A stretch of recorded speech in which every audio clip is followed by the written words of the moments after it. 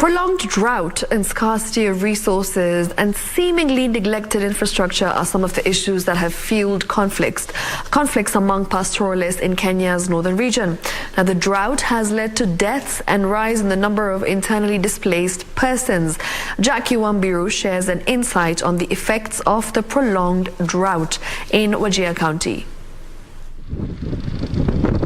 Prolonged drought in northern Kenya has parched landscapes, led to loss of livestock and created a humanitarian crisis driven by climate change. Civil strife has also been witnessed as pastoralist communities battle each other for scarce resources.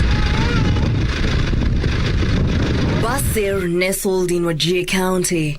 In the recent past, the region has been plagued by killings, livestock raids, cross-border attacks and retaliation which played out among large pastoralist clans. Meet Amina Mohamud Rage. She says she has suffered and borne the wounds and scars of the clashes. We were just going about our everyday life. One evening, when the clashes broke out, people died. Some of us escaped, leaving behind everything, including our livestock. Amina says she lost all her livestock, which earned her family a living as a result of the clashes. We escaped from Moyale and relocated to Basir in Wajir. Rebuilding life has been difficult. The drought piles on our plight. The mother of 7 says starting from scratch has not been easy, especially in her advanced age, adding that she is now forced to live on goodwill of her neighbors. Our survival is now dependent on the little we get from neighbors and well-wishers. Villages in this region are scattered across the vast land. The pastoralist communities and their livestock regularly move from one place to another in search of pasture and water.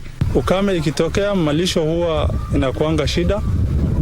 Ndio sasa shida ya conflict ama watu kupigana inatokeanga. Vile wafugaji wanabidi saa ingine kwa sababu ya malisho wanafuka. Sababu baka inakuja conflict inatokea kwa sababu ya malisho.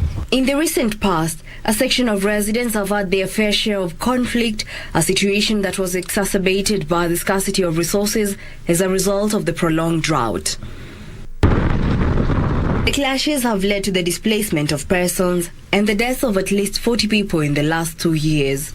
Ilikuwa karibu mwezi wa pili mwaka huu, mwezi wa pili, na wakabata clashes, mali yao iliborwa, jamii ilienda na watu wengi wakakufa na waliuawa. Maiti tumezika hapa kama watu 10 waliuawa. Pockets of internally displaced persons have now moved to Basir as they await resettlement. Shida imetokea, mali yetu imeshukuliwa, baadaye watu wetu wamekuwa kama IDPs. According to the residents, the clashes impacted the communities negatively. Hiyo effect sisi tumepata mpaka sasa hivi tuko na hiyo shida. Watu hawana mali, mifugo hawana, tena ukame imezidi. Internal displacement of people in clashes are the most prominent on the drought trail, these even as the region is characterized by dry water ponds, unrehabilitated boreholes that are no longer in use, as well as residents in search of water and pasture for their livestock. At Chandarua, Wajir West constituency, there is a ray of hope. Hundreds of livestock wait in line to quench their thirst. This is one of the water ponds where livestock owners can rely on consistent water supply. According to the residents, many water ponds have dried up. They are forced to walk many kilometers in search of water. The borehole provides water for hundreds of cattle. In the past, we used to walk for over 26 miles up to the Isiolo border. We used a generator in the past, but now Save the Children has installed solar panels, saving us fuel money.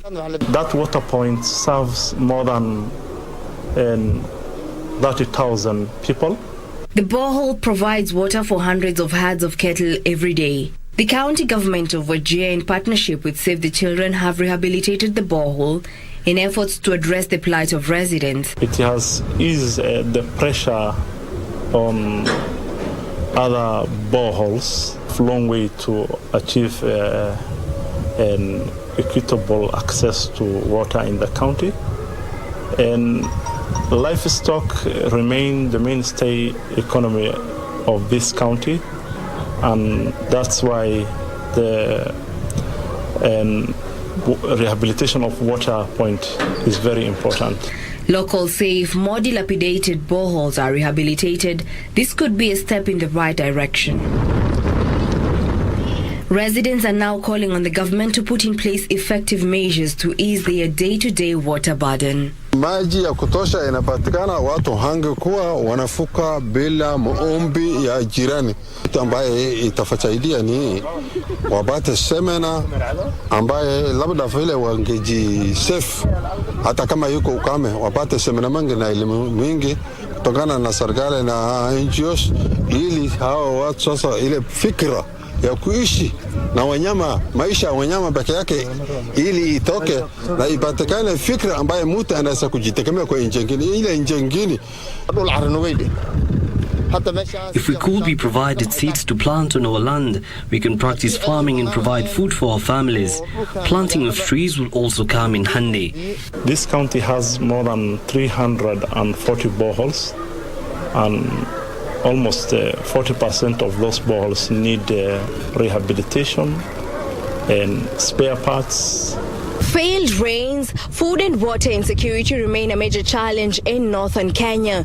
Calls remain adamant on the need to put in place more measures as well as implement drought mitigation plans and solutions so as to address the obtaining situation regarding scarce resources. Reporting from Shandaru in Wajir West constituency, my name is Wambiru.